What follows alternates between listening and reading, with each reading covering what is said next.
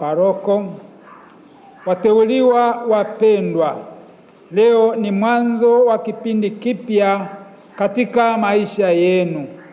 Tangu sasa mtahesabiwa miongoni mwa Wakristo wazima katika kanisa la Mungu.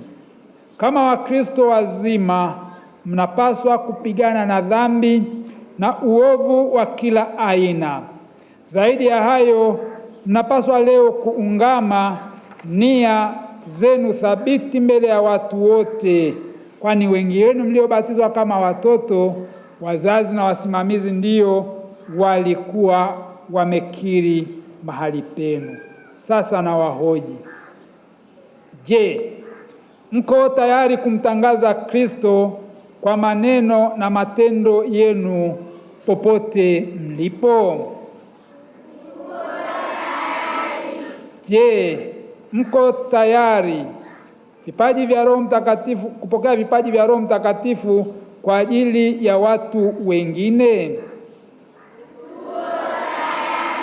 Je, mko tayari leo kuimarishwa na kupokea mapaji ya Roho Mtakatifu? Sasa tutarudia ahadi za ubatizo, na hata wengine watawasaidia kumkataa shetani na kusadiki pamoja nanyi. Kila mmoja anajibu kwa nafsi yake, na mkataa au nasadiki. Mnamkataa shetani na mambo yake yote na hila zake zote. Mnasadiki kwa Mungu Baba Mwenyezi, muumba mbingu na dunia. Mnasadiki kwa Yesu Kristo, mwanawe wa pekee, Bwana wetu, aliyezaliwa na Bikira Maria, akateswa, akafa, akazikwa, akafufuka katika wafu, amekaa kuume kwa Baba. Mnasadiki kwa Roho Mtakatifu, Bwana mleta uzima, mtakayepewa leo kwa namna ya pekee kwa njia ya sakramenti ya kipaimara, kama walivyopewa mitume siku ya Pentekoste. Mnasadiki kwa Kanisa Katoliki, ushirika wa watakatifu, maondoleo ya dhambi, ufufuko wa wafu na uzima wa milele.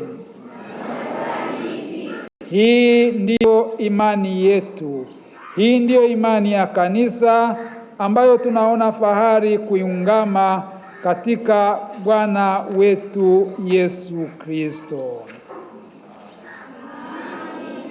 Wengine tuketi, waimarishwa mbaki sasa ni kuwekewa mikono.